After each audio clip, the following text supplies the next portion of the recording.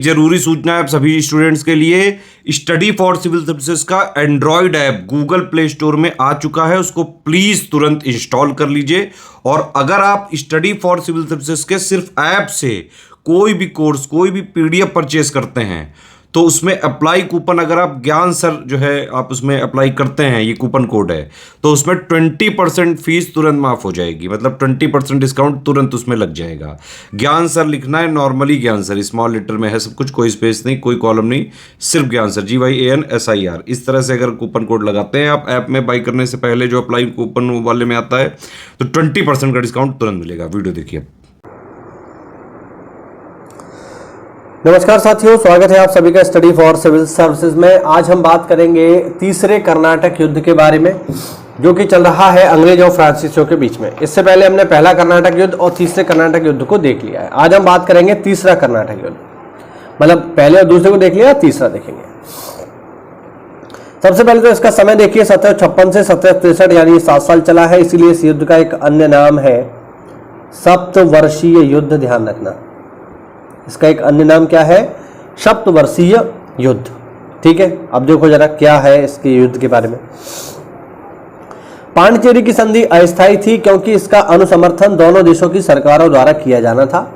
लेकिन इसी बीच 1756 में यूरोप में सप्तवर्षीय युद्ध शुरू हो गया। वही मैंने बताया ना, सप्तवर्षीय युद्ध, जिससे पुनः अंग्रेज और फ्रांसीसी एक दूसरे के विरोध में आ गए। 1757 ईस्वी में दोनों ने एक दूसरे के स्थानों पर आक्रमण करना शुरू कर दिया। दक्षिण में फ्रांसीसियों ने त्रिचनापल्ली को लेने का असफल प्रयत्न किया, यानी प्रयास किया, लेकिन ले नहीं पाए फ्रांसीसी। परंतु कर्नाटक के अधिकांश भागों पर उनका नियंत्रण हो गया फ्रांसीसियों का। 1757 में अंग्रेजों ने चंद्रनगर, बालासोर, कासिम बाजार तथा पटना की फ्रांसीसी फैक्ट्रियों पर अधिकार कर लिया। युद्ध का वास्तविक आरंभ 1758 में तब हुआ जब फ्रांसीसी सरकार ने ही काउंट डी लाली को भारत के संपूर्ण फ्रांसीसी प्रदेशों के सैनिक तथा असैनिक अधिकारों से युक्त अधिकारी नियुक्त कर दिया। यानी अब भारत में फ्रांसीसियों का सबसे बड़ा अधिकारी है काउंट लाली। काउंट लाली ने 1758 में फोर्ट सेंट डेविड जीत लिया। इसके पश्चात मद्रास को घेर लिया, लेकिन अंग्रेजी नौसेना के आने के कारण उसे घेरा उठाना पड़ा। तीसरे कर्नाटक युद्ध का जो सबसे इंपॉर्टेंट युद्ध है साथियों, उसका नाम है वांडी वाश का युद्ध, जो बहुत ही ज्यादा महत्वपूर्ण है, ध्यान रखना। ठीक है, देखते हैं जरा। अच्छा, ये कब हुआ है, इसका डेट भी याद रखना। ये हुआ है 22 जनवरी 1760 को। तीसरे कर्नाटक युद्ध का फैसला, इसका निर्णायक युद्ध जो है वो 22 जुलाई 1760 को तमिलनाडु के वांडीवास में अंग्रेजों द्वारा जीता गया था। ठीक है, हाँ, जो तीसरा कर्नाटक युद्ध हुआ है ये एकदम फाइनल वॉर था, जिसमें तमिलनाडु के वांडीवास में अंग्रेजों ने फ्रांसीसियों को पराजित कर दिया। और वांडीवास का युद्ध किसने जीत लिया? अंग्रेजों ने जीत लिया, ध्यान रखना। अंग्रेज जनरल आयरकूट ने काउंट लाली के नेतृत्व वाली फ्रांसीसी सेना को बुरी तरह पराजित कर मार्किस डी बुसी को बंदी बना लिया। ठीक है ना, हाँ। 16 जनवरी 1761 को आत्मसमर्पण किए जाने से पूर्व 8 महीने तक लाली द्वारा वीरतापूर्वक पुदुचेरी की सुरक्षा की गई।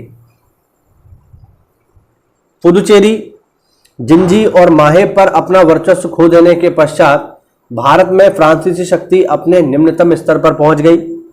लाली को युद्धबंदी के रूप में लंदन ले जाने के पश्चात फ्रांस के सुपुर्द कर दिया गया, जहां उसे कैद किया गया। वर्ष 1766 में मृत्युदंड दे दिया गया। यानी यहां पर जो है लाली का खेल समाप्त हो गया, काउंट लाली की हत्या कर दी गई। और साथियों, इस युद्ध का जो अंत हुआ है ये हुआ है पेरिस की संधि के साथ। ध्यान रखना, अंग्रेजों तथा फ्रांसीसियों के बीच पेरिस की संधि पर हस्ताक्षर होते ही 1763 में सप्तवर्षीय युद्ध समाप्त हो गया। इस संधि के द्वारा फ्रांसीसियों को भारत स्थित उनके सारे कारखाने वापस कर दिए गए, लेकिन अब उनकी ना तो किलेबंदी की जा सकती थी, ना ही वहां सैनिक डेरा डाल सकते थे। फ्रांसीसी अब सिर्फ व्यापारी के रूप में कार्य कर सकते थे। तीसरा कर्नाटक युद्ध निर्णायक साबित हुआ।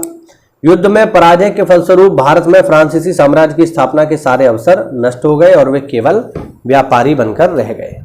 ठीक है, तो ये थे हमारे तीनों कर्नाटक युद्ध जिनको हमने पढ़ा छोटे छोटे लेक्चर्स में। इंपॉर्टेंट है। इसमें देखो क्या क्या चीजें आपको याद रखनी है, मैं एक एक करके आपको बता देता हूं। देखो पहले कर्नाटक युद्ध में आपको क्या याद रखना है, देखिए मैंने पहले भी बताया था। पहले कर्नाटक युद्ध में याद रखना है डेट, कारण ऑस्ट्रिया का युद्ध, और तीसरा किस से समाप्त हुआ है, किस संधि से, तो एक्स ला शापेल की संधि से समाप्त हुआ है युद्ध। दूसरे में क्या याद रखना है, दूसरे कर्नाटक युद्ध में आपको याद रखना है डेट 49 से 54, और किसकी वजह से जो है या किस कारण से युद्ध शुरू हुआ, तो ये जो है जब हैदराबाद के नवाब की मृत्यु हो गई तो हैदराबाद पर कब्जे को लेकर के युद्ध शुरू हुआ। दूसरे कर्नाटक युद्ध के अंतर्गत ही हुआ है साथियों आम्बूर का युद्ध, ध्यान रखना, ठीक है। और दूसरे कर्नाटक युद्ध का अंत किस संधि से हुआ, यह भी आपको याद रखना है, पांडिचेरी की संधि से हुआ है, ठीक है। फिर आता है तीसरा कर्नाटक युद्ध, इसमें क्या याद रखना है, इसका नाम सप्तवर्षीय युद्ध और इसका डेट याद रखना, ठीक है। इसी तीसरे कर्नाटक युद्ध के अंतर्गत ही हुआ है साथियों वांडीवास का युद्ध, जो आपको याद रखना है, जिसमें अंग्रेजों ने फाइनली फ्रांसीसियों को पराजित कर दिया। युद्ध में कौन कौन शामिल था यह भी ध्यान रखना, अंग्रेजों की ओर से थे जनरल आयरकूट और फ्रांसीसियों की ओर से थे काउंट डी लाली, ठीक है। और इस युद्ध का अंत किस संधि से हुआ है, तो आप आंसर करोगे पेरिस की संधि। तो इतनी चीजें आपको इसमें याद रखनी है। यह हुआ आज का हमारा छोटा सा वीडियो, मिलते हैं अगली क्लास में, तब तक के लिए जय हिंद, जय भारत, वंदे मातरम।